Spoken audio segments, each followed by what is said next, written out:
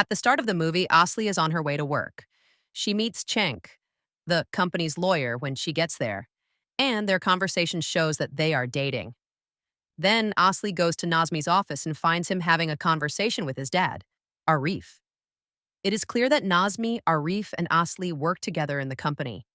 At the same time, Cenk walks into the office and tells them that the Maltese government is about to arrest the company's former financial director for stealing a lot of money and running away. He tells them that the company will fail if they don't get this money back.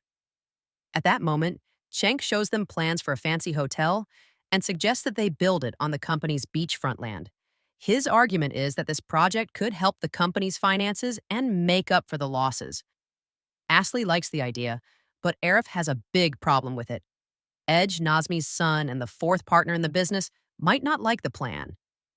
Since Asli would also make money from the investment, he thinks Ege shouldn't have any problems with the plan. Arif says that Ege is unpredictable, though, and that no one knows what choice he will make. He also says that they haven't seen Ege in years and that only his lawyer has talked to them and gone to important meetings for him. Ege is also very interested in surfing and has even set up a surf club on the beach. They don't know if he will approve or reject the project because of this, so Asli decides to talk to Ege in person and try to convince him. Arif suggests that they bring Cenk with them, but Asli says no. Then she goes back to her office and tells her assistant to call Ege's lawyer right away to set up a meeting. After that, Asli goes to the city where Ege lives. She eats at a restaurant that Ege owns. She doesn't like the food that is served to her, though. It tastes good to Ege, so he agrees with her and brings her another dish. Asli stays at the restaurant until it gets dark, upset that Ege's lawyer hasn't replied to her assistant yet, and there has been no meeting set up. She starts drinking alcohol to calm down. At the same time, a customer who sees her drinking comes up to her and tries to talk, but Asli turns him away. The drunk man keeps coming back and starts to bother her.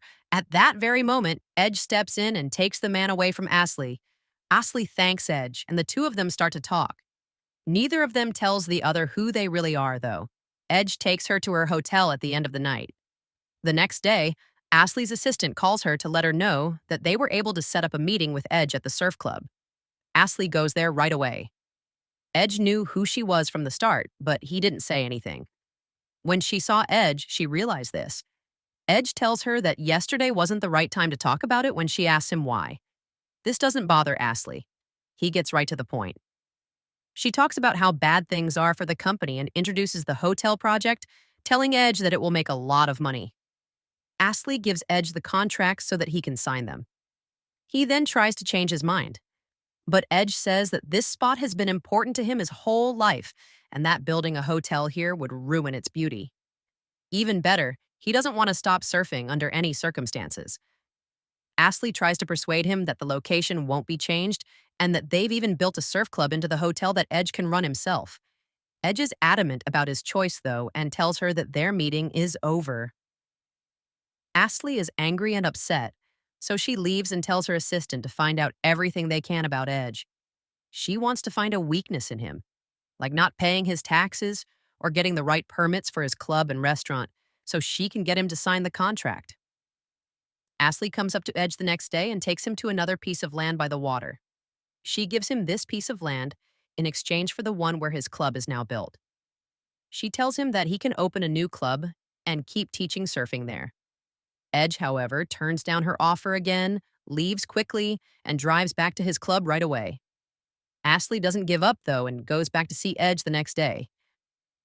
Ege asks her what kind of proposal she has this time when he sees her. Asli tells her that she is no longer interested in doing business with him because she has finally come to terms with the fact that he will not change his mind.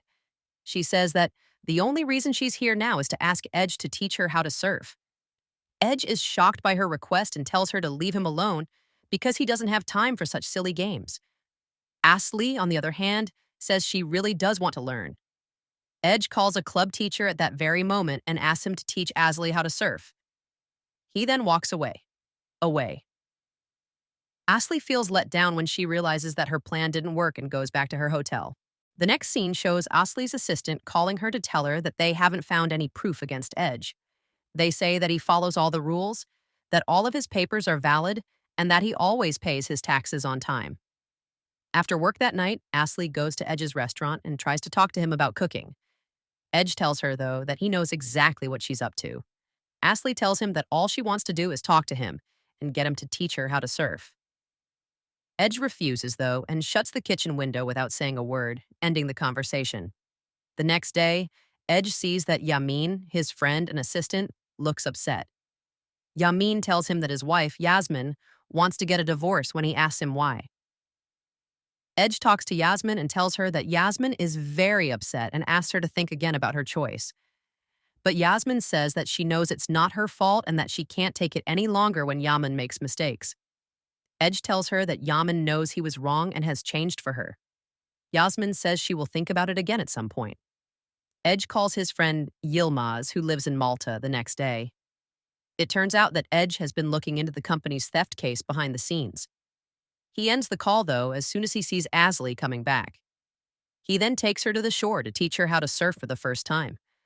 Ashley falls into the water more than once, and by the end of the session, she's unhappy but tries to keep Edge from seeing it. Edge walks up to her and offers her a drink. At that very moment, Yamin shows up, talks to Ashley, and asks her to watch the sunset with them, and Ashley agrees. He then asks Yamin how he met Edge. Yamin talks about how he had a small construction company and a lot of debt when he owned it. In spite of this, Edge agreed to work with him after hearing about his life. Things have changed and gotten better for the company since then. Ashley leaves and calls her assistant after hearing this story. She tells them about Yamin's business and tells them to look into it and find out more about it. She knows it's against the rules of their firm now that she knows Edge is a partner in this business. This might be a chance to get Edge off the board of directors of the company. When Ashley goes to the surf club the next day, he sees that Yamin is asleep and Edge is busy teaching the group. Since she has the chance, she opens Yamin's laptop. She scans and emails her assistant copies of the company's papers. Ashley asks Edge to show her around the city when he gets back. Edge tells her that he needs to get food for the restaurant at a farm and takes her with him. When they get to the farm, they meet the owner, Hadassi. Hadassi is happy to see Edge. Hadassi talks to Ashley while Edge is putting the supplies in the car and tells her that she raised Edge. She tells him that Edge's mother was her best friend, but that she had been sick for years before she died, and that Edge's father, Nazmi, was to blame. Edge was 10 years old when Nazmi sent him to the U.S. to study, which meant he was away from his mother. Besides that, he took all of her money and property. Years later, Edge finally came back. His moth was sick, and he stayed by her side until she died. At this point, Ashley understands why Edge doesn't talk to his dad much and feels sorry for him. Edge gives Ashley a tour on the way back to the city. Eventually, they reach the top of a steep cliff and jump into the water together, a moment of pure happiness and freedom. They go back to the city after the trip and drop Ashley off at her hotel. As they say goodbye, they look at each other with a newfound sense of peace. But Ashley finds Cenk waiting for her as soon as she walks into the hotel. Cenk asks her why she hasn't been answering his calls and tells her that he saw her and Edge get to the hotel. He tells Ashley that the way she looks at Edge tells him she loves him. He tries to believe that Ashley is only lying to Edge to find his weakness and use it against him to move the company's project forward. After that, she tells Cenk to leave so that no one starts to think badly of them. And the next day, Ashley takes a surfing lesson with Edge. They both have a great time. When the lesson is over, Ashley talks to Edge and tells him that the board of directors will not give up so easily. His refusal to give them the land will cause him trouble if he keeps it up. Edge tells her that he knows how to handle them, but she says that she is worried about him too. While they are talking, Edge takes Ashley to his mountain home and invites her to lunch. Edge tells her that he loves her while they are eating. In turn, Ashley tells him she likes him. They spend romantic moments together, which makes their relationship stronger. Ashley calls his assistant the next day and tells them to stop looking into Yamin's business and act like they don't know anything about it. However, Cenk is nearby and can hear the whole conversation, which is a problem. Edge has a party at his restaurant the next day, and all of his friends are invited. The party is to honor Yasmin's return to Yamin, and everyone is happy and full of life. All of a sudden, when Cenk walks in, he tells Edge straight out that Ashley has been lying to him the whole time. Ashley gets up right away and runs toward Cenk to stop him from talking any further. But Cenk doesn't pay attention to her and keeps talking. Cenk tells Edge that he is married to Asli and works as a lawyer for the company. Asli yells at him, making it clear that whatever was going on between them is over. Edge gets angry and tries to attack Cenk right then, but Cenk stops him quickly by telling him that the company's board of directors has decided to fire him because he is a partner in another business, which is against their rules. After this, he shows the company documents that Asli had taken from Yaman's computer and sent to the company in secret. Now that they know this, the company can move forward with their project on Edge's land without his permission. Edge is stunned by the lie. Not believing what just took place, he quits the party. Asli runs after him and tries very hard to tell him that she was going to lie to him at first. But when she realized she loved him, she told her assistant to stop everything. Edge doesn't believe her, though, and tells her to leave the city. Asli goes back to Istanbul the next day, brokenhearted. Edge, meanwhile, goes about his daily life. But he is very sad and finds it hard to accept that he is going to lose his land. Shilmaz, Edge's close friend, tells him some important news one day. He knows who is taking money from the company without permission. There is a meeting at the company the next day. The papers to officially remove Edge from the board of directors are being signed by Nazmi and Arif right now. When it's Asli's turn to sign, though, she doesn't want to. Arif, who is clearly mad, asks her why she isn't making up her mind and warns her that this choice will be bad for the business. Before Asli can answer, Edge walks in through the doors that suddenly open. Cenk is mad and wants to know why he has come, but Asli is surprised and happy to see him. Edge doesn't pay any attention to him at all and instead looks at Nazmi. He says he swore he would never work for this company again because Nazmi hurt his mother's feelings and betrayed her, and she died with a broken heart. This time, though, he's coming back because of another woman, the woman who lied to him. He looks at Asli as he talks.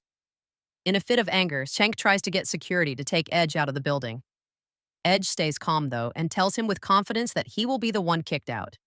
He then gives Arif a file and puts it down on the table. He and Arif's daughter had been lied to by Nazmi and Cenk, according to the papers. They had illegally made fake papers that let the financial director of the company what they did was wrong, and they could go to jail for it. The papers also show that they used this money to start a business in Malta in which all three of them were partners.